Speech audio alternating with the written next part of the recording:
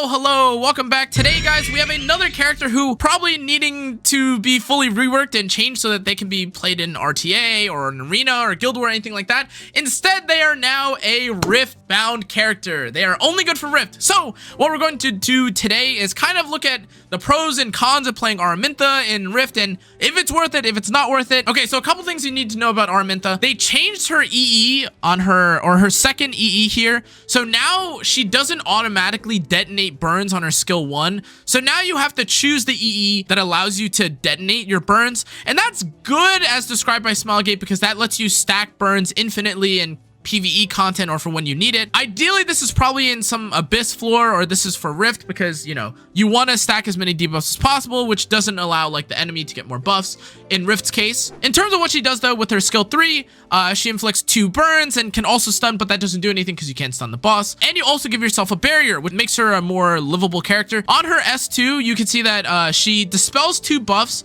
and also applying unhealable while also giving attack buff to all your allies for 2 turns. And then based on how many unhealables that you apply, you give yourself combat readiness push. Finally, her skill 1, if you don't have the EE, it just has a 2-turn burn. It's 45% because I Grace of Growth this character and I just wanted to see how worth or how good she is. But the artifact that I decided to pair with her, because I don't have another Bloody Rose, is Necro and Undyne. Every time that you have an AoE attack, you gain a combat readiness push. Obviously, the real question then is, who does Araminta take the slot of? Is she worth it? Is she good? Is she bad? Let's find out. Okay, so I know you guys are probably wondering like, oh, Connor, like when you do like Cirilla or whenever you do showcases, like how come you only show them on like the level 21 account? So this is I'm in the middle of a run right now on an account that hasn't cleared Rift at all. This is a viewer's account. By the way, if you want to have the chance to do this or if you need help or anything like that, you guys can join the Discord using the link in the description box if you want help like this or if you want to be the next character or if you want to be the next person that shows up on an account like this. Anyways, like I was saying, so I have this on a newer account, and as you can see, there's nothing super insane. It's Rift Controller 1. Inevitably, we are going to have to take more turns, but I decided to see if Araminta is actually decent as an early progression character. And what that means, or what I'm referring to specifically, is I'm trying to see if it's actually justifiable to take this character when you're new and if you're trying to just clear the content early. You're not trying to do a speed run. You just want to basically clear the content and get into the point where you can unlock like new upgrades. For instance, the attack down, the increased healing to team, something like that. If you're on your way to like the Rift 8 where you can still technically fail runs, these sort of this is the sort of goal that I have for this kind of showcase. Araminta, in all honesty, doesn't seem like a character that will inevitably end up as a... what's the word? Araminta doesn't really seem like the character that would improve a run for speed optimization. She seems more like a character that you use because you don't have haste, because you don't have Surin, or if you're just trying to give attack buff to your whole team, etc. Now, something that I notice about Araminta is that she does apply a number of debuffs, but she also does give an attack buff, which is pretty good relative to the other debuff extension characters. The character that comes to mind is Surin, and though Surin is really good, she does damage and, you know, she applies like a load of debuffs.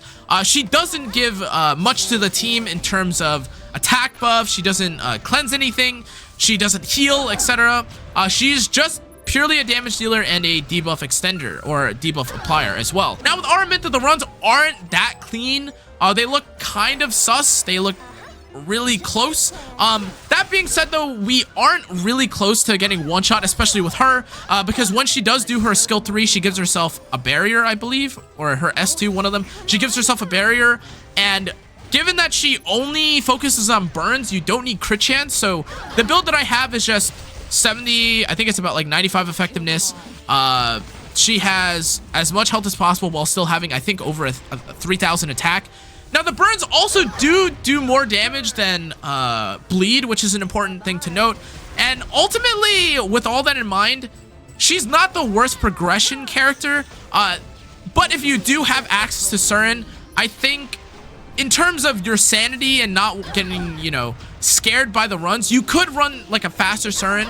But I will say that for most teams that I've used Surin in, and even if you see with this, the scare that you have with certain compositions is that if you don't upgrade Surin to be 6-star, or if you're trying to skimp out on Surin and, you know, with her stats and her molas, she definitely has the chance of getting one-shot. Whereas for Araminta, since she has the barrier, she has, you know, she's a mage, so she has higher defense than a thief who has basically no defensive substats or has really low base stats for defense and HP.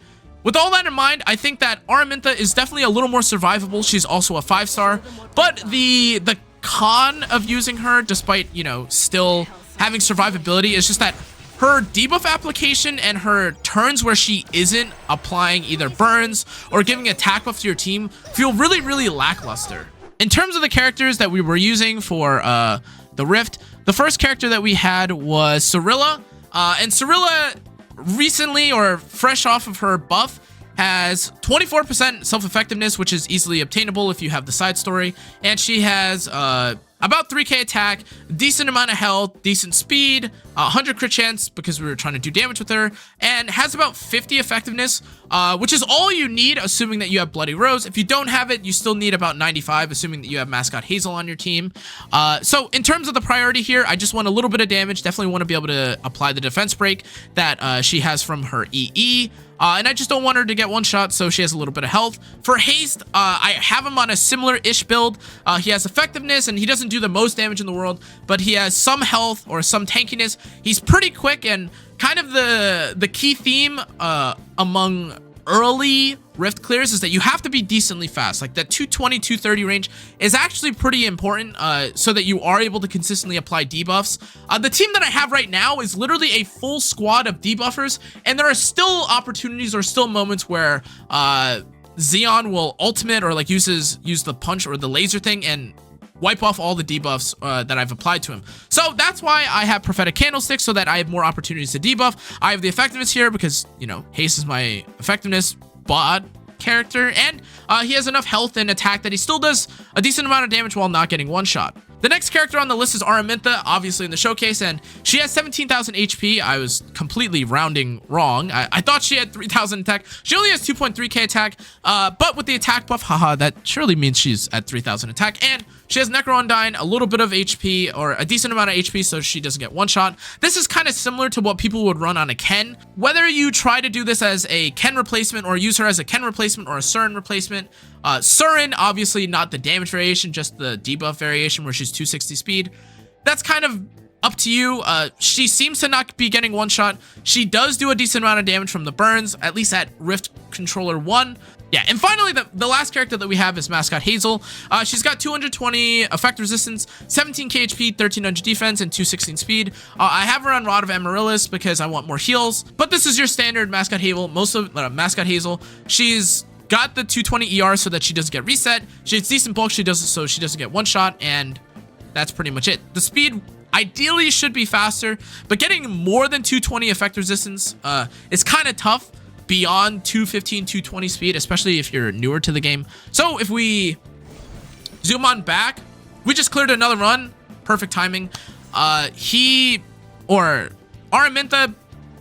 I don't think got one shot. I don't know if she did. I think Cirilla was the one that got one shot, and that makes the most sense because Cirilla is technically trying to do some damage, and you want like a healthy balance of damage and also, you know, applying debuffs while also surviving. It's a tough kind of game for Cirilla, but again, this character or this account hasn't cleared Rift even a single time, so this isn't including damage upgrades, healing upgrades, the potential for an attack down, anything like that.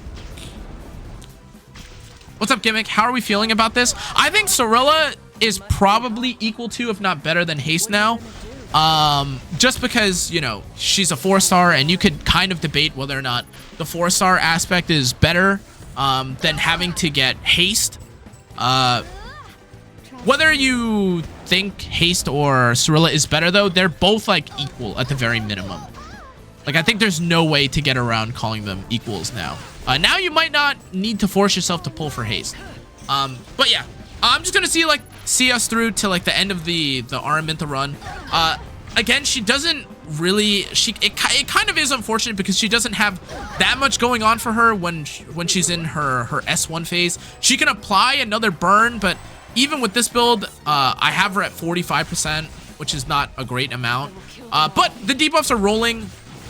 it doesn't look like I'm in danger at all. We also have a constant attack buff, which is nice for characters like Cirilla or Haste, who technically do a decent amount of damage, assuming you set them up to do so. Even here, as you can see, like on another burn, right? Better than, you know, getting one shot or having more stacks of like the penetration thing. And yeah, I think we're about to clear. We lose a couple characters, or we've lost Cirilla in a few of the runs, for full transparency. But compared to having someone get one shot or having someone disappear, or like, you know, landing no debuffs at all, and then, you know, having to take extra turns because you failed and potentially resetting, Araminta is a decent option if you're on the safer rather than sorry side of things. And yeah, this looks pretty good, right? Prophetic Candlestick, obviously really nice too. The Haste is also here, in case if you just want to use Haste and Haste, or if you want to use Haste and Araminta, that also works. Maybe CERN would be a little safer, but again, with CERN, you'd have to be pretty quick, like 240, 250. Otherwise, you don't have as much application. And boom, this account's first Rift clear, which is great. But after much deliberation, much testing, I can definitively say that for Araminta, she's decent if you want to, I guess, get through your first clear. And obviously, I'm not going to continue because, like, we can obviously change the teams around a little bit, or we're not going to continue with this exact team because now you can change things up. Once you get the first Rift controller, you have a little bit more healing, you have a little bit more damage, or you can have a more reliable attack down. That'll obviously affect the composition. So whether or not Araminta is the greatest choice after Rift Controller 1 is completely up to you, or it's up for you to decide. I would likely not use her though after Rift Controller 8, or if you are going to use her, you might just use her in place of Hazel or something, because in all honesty, I can't really see a world where the greater attack buff or the attack buff provision from Mascot Hazel's S3 could ever be replaced by someone like Araminta. The closest character that you have to kind of replace something like that is if you run like Charlotte in the front and Mercedes, but I think that team is also kind of cope compared to like a Mascot Hazel Kane team. But anyways, guys, that's going to be it for this video. Long story short, decent buff, not really that great though for long-term Rift. It's not for optimizing runs, it's more for progression. Anyways though, that's going to be it for this video. Make sure to check out the rest of my socials, Discord, YouTube, Twitter. Check out the rest of my platforms if you're curious about infographics, need help, advice, announcements, etc. I will catch you guys on the next one though. Adios.